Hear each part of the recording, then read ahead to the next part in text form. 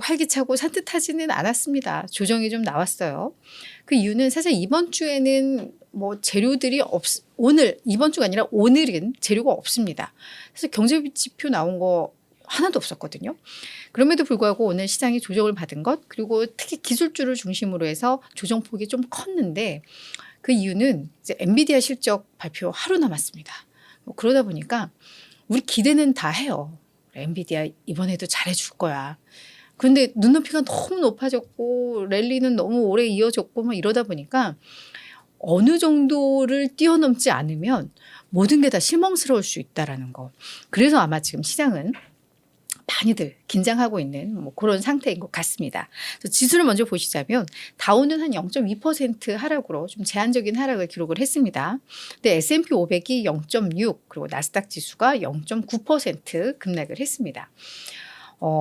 특히 이 필라델피아 반도체 지수 같은 경우에는 1.6% 하락을 했습니다. 하락폭이 더 컸는데 그 이유는 뭐 앞서서도 지금 이야기를 했지만 엔비디아 실적 발표를 이제 하루 앞두고 있어요. 그러니까 이 엔비디아도 그런 경계감 때문에 오늘 주가가 한 4.4% 내렸거든요.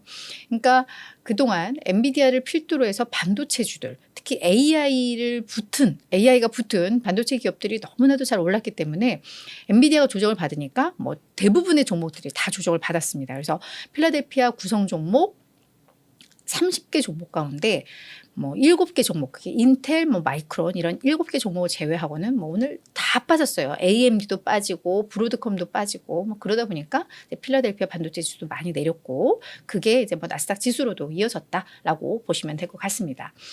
자, 엔비디아 실적 발표에 대한 경계감도 있지만 내일 또 중요한 이슈 하나가 있습니다. FOMC 회의 의사록이 공개가 되는데요. 지난주에 우리 1월 소비자 물가지수 그리고 금요일에 생산자 물가지수가 나왔어요. 근데 소비자 물가지수도 예상보다 높게 나오면서 1차적으로 시장의 조정의 빌미가 됐었잖아요.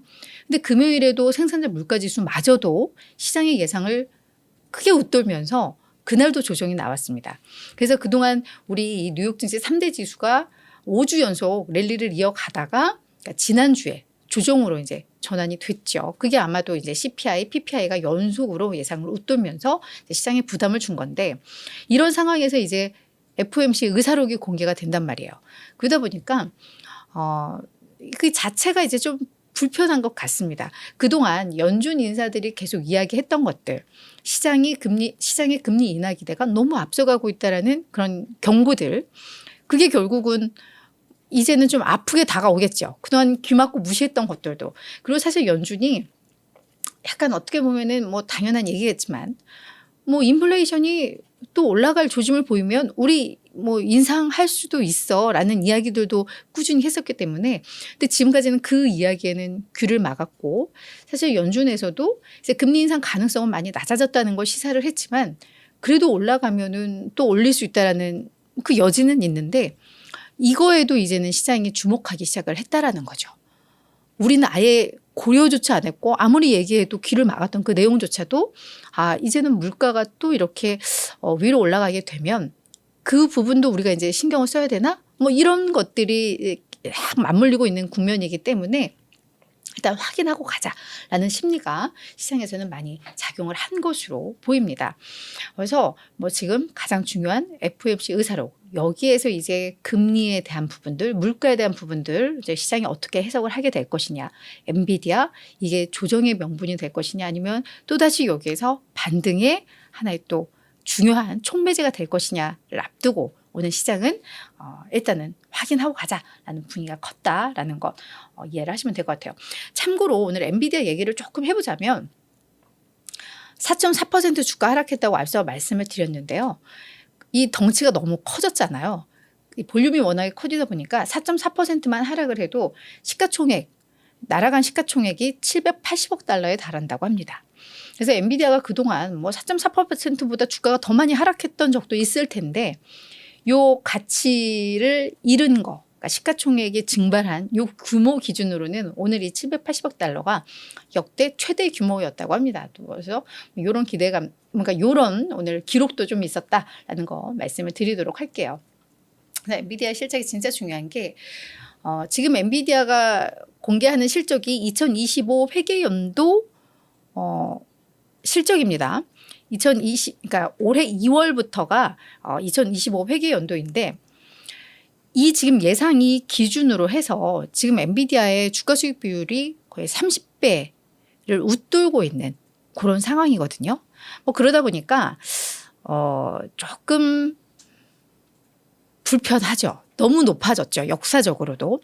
그래서 실적이 정말 깜짝 실적을 내놓고 그러면서 월가가 더 예상치 실적이 야 이번 실적 보니까 너무 좋은데 앞으로 더 좋겠는데 라고 하면서 이런 전망치가 높아지지 않으면 밸류에이션 부담을 느낄 수밖에 없습니다. 그래서 다들 이제 실적 전망치를 상향 조정을 해야지 이 밸류에이션에 대한 부담이 낮아질 수 있다는 점에 있어서 엔비디아는 정말 좋은 실적을 내줘야 돼요.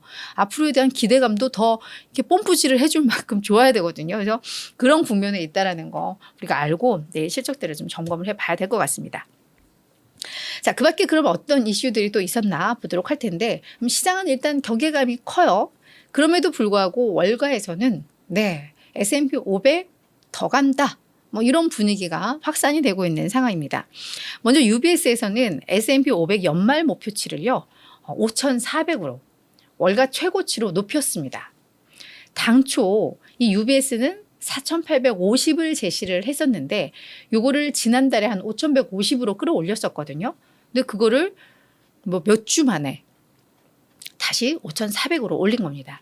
요 UBS의 조너선 골럽이라는 미국 주식을 담당하는 요 수석 전략가인데 이 사람이 우리가 미국 증시에 대해서 미국 경제에 대해서 낙관적인 전망을 갖고 있었는데 요 낙관이 충분하지 않다는 걸 우리가 깨달았다. 라고 이야기를 하고 있습니다.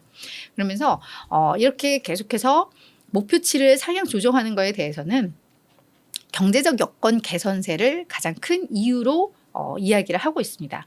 뭐라고 이야기를 하냐면 지금 인플레이션이 생각보다 그렇게 빨리 지금 요즘 이제 둔화되는 이런 국면들이 나오는데 이 부분에 대해서 이건 수요를 기반으로 하고 있다. 소비자들의 수요가 꺾이지를 않고 있기 때문에 그걸 기반으로 한 물가 상승은 사실 기업들에 있어서 실적에 있어서 그리 나쁘지는 않다.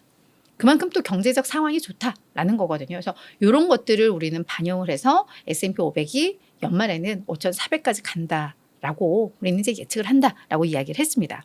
골드만삭스는 사실 지난주쯤에 이거를 목표치를 상향 조정한 내용인데요. S&P 500 연말 목표치 당초 골드만삭스는 4,700 제시를 했었죠. 그러다가 연말에 한 5,100으로 높였다가 요거를 최근에 다시 5,200으로 높인 건데요. 여기 데이비드 코스틴 요분도 미국 주식을 담당하는 수석 전략가인데 4분기 실적 시즌이 이제 마무리 국면이잖아요. 기업들의 이 실적을 보니까 우리 이익 전망 더 높여야 되겠다라고 판단을 했다라는 겁니다. 그래서 연간 EPS를 당초에는 우리가 한 4% 정도 증가할 것으로 예상을 했는데 요거를 7% 증가로 상향 조정을 하면서 그걸 반영해서 이제 목표치도 높였다라고 이야기를 하고 있는데요. 이렇게 기업들의 이익이 좋아지는 것, AI 성장, 요거에 인한 뭐 생산성 향상 뭐 이런 게 있을 것이고 그리고 소비자들의 수요가 여전히 견고하게 유지되고 있다. 이런 점에 있어서 기업들에 대한 이익 요 전망치를 높였다라고 설명을 좀 하고 있습니다. 실제로 지금 S&P 500 기업 중에 80%의 기업이 실적 발표를 마무리를 했는데요. 이 중에 76%가 예상을 상회하는 뭐 그런 실적을 공개를 했습니다. 초반만 하더라도 실적에 대한 우려들이 좀 있었는데 나쁘지 않게 또 전개가 됐죠. 그러면서 이런 것들을 반영했을 때 증시는 더 간다라는 분석들이 나오고 있다는 거 참고하시면 좋을 것 같습니다. 자, 이거는 그냥 기타 내용으로 추가를 한 건데요. 시티그룹에서 12개월에서 18개월 내 금 가격이 온스당 $3,000를 갈 수도 있다라는 보고서를 좀 내놔서 요거 좀 흥미로워서 가지고 나왔습니다. 지금 금 가격이 온스당 $2,000 조금 웃돌고 있는 상황인데 $3,000라고 하면 1년에서 1년 반 사이에 한 50% 상승한다는 거잖아요. 이거 금 가격은 이렇게 막 뭐 엔비디아처럼 급등하는 네 이런 게 아닌데 지금 $3,000갈 수도 있다라고 해서 이 내용은 좀 재밌어서 가지고 나와봤습니다. 일단 그냥 일반적인 상황에서는 뭐라고 하냐면 뭐 상반기 때는 뭐 $2,000 정도 수준, 하반기 때는 $2,150 정도 수준을 예상하지만 어떤 우리가 시나리오를 봤을 때 $3,000 갈 수도 있다라고 이제 이야기를 하고 있는 건데요. 이게 뭐냐면 최근에 각국 중앙은행들, 특히나 신흥국들, 중국, 러시아, 인도, 터키, 브라질 이런 국가들의 중앙은행이 최근에 금을 엄청나게 사고 있다고 합니다. 그래서 그 이유는 뭐 준비금의 어떤 자산을 좀 다각화하는 거, 뭐 그동안 뭐 달러를 많이 가지고 있었다면 뭐 달러 비중을 좀 줄이면서 금 비중을 높이고 뭐 이런 자산의 다각화 측면에서 뭐 이걸 늘리고 있다라고 일단 첫 번째로는 해석이 되고는 있는 상황인데, 그렇더라도 금 매수가 좀 역사적으로 너무 기록적인 수준으로 매수를 많이 빨리 하고 있다라는 점에 있어서 이런 추세가 지속된다면 금 가격은 뭐 $3,000 간다라고 보는 거고요. 두 번째는 이제 글로벌 경기 침체 가능성. 뭐 글로벌 경기 침체가 되면 금리를 인하할 수밖에 없죠. 중앙은행들이 경제를 부양하기 위해서. 그렇게 되면 이 금은 당연히 오를 수밖에 없습니다. 왜냐하면 금은 이자를 지급하는 자산이 아니에요. 그죠? 그래서 금리가 높아지면은 뭐 이런 예금에 돈 몰리고 뭐 이런 구조가 나오지만 금은 이자를 주지 않기 때문에 오히려 금리가 떨어지면 금에는 유리하죠. 그런 역외관계가 있기 때문에, 그래서 경제가 안 좋아서 금리를 인하하게 되면 금 가격은 또 오를 수밖에 없다. 그래서 우리가 지금은 뭐 경제 상황이 예상보다 좋을 것 같다라고 하지만 예상치 못하게 심각한 경기 침체가 온다면 그때 이제 금 가격은 치솟는다라고 이야기를 하고 있고요. 여기 한 걸음 더 나아가서 이게 스태그플레이션으로 와. 경기는 침체되는데 물가는 안 내려. 이게 이제 약간 최악의 시나리오이고 이제 가능성은 낮다라고는 하지만, 그렇게 된다면 이제 안전자산 선호 현상이 매우 강해지면서 금 가격은 이렇게 치솟는다라고 이야기를 하고 있습니다. 이 시나리오가 그 중앙은행들의 금 매수를 제외하면은 뭐 심각한 글로벌 경기 침체라던가 뭐 스태그플레이션은 아직 확률이 높은 뭐 그런 상황은 아니죠. 그래서 그걸 고려하면 $3,000는 에이 하겠지만 뭐 우리가 생각지 못했던 그런 현상들이 온다면 이럴 수도 있다. 그런 상황들이 온다면 금에도 좀 주목하자라는 관점이니까 요건 그냥 기억해 두셨다가, 네, 금리가 많이 뭐 떨어질 것 같다라던가 경제 상황이 생각보다 안 좋다던가 뭐 이런 내용 나오시면 금에 관심을 가져보시면 좋을 것 같습니다. 하나의 투자 팁으로 말씀을 드렸습니다. 이웃TV 구독을 하시면 흥미롭고 재미있는 미국 종목 정보를 빠르게 받아보실 수 있습니다. 미국 주식이든 국내 주식이든 변동엔 이유가 있습니다. 자연히 모든 투자에도 이유가 있어야 합니다. 이웃TV가 서학개미들의 길잡이가 되어 그 이유를 함께 찾아가겠습니다. 매주 화요일부터 금요일 오전 8시 유튜브 라이브로 찾아가는 이웃 누나의 이웃TV, 많은 관심 부탁드립니다.